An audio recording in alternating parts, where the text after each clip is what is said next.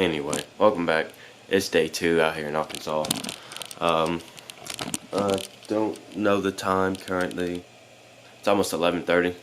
So we're about to head back down to the Expo for day 2. I'm sure Saturday's gonna have a lot more people there than Friday would.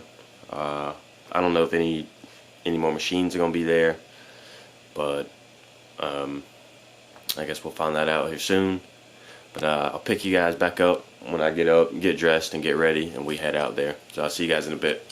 Anyway, we're out here day 2. There's a lot more people out here than it was on Friday, which I figured Saturday would be one of the biggest days. I'm just going to assume Sunday's not going to have as many people as today as well. They say next year's going to be even bigger, so I guess we'll see. I don't know where we should go right now. I think we're going to go back over to the Moorhead booth and see what the boys are up to.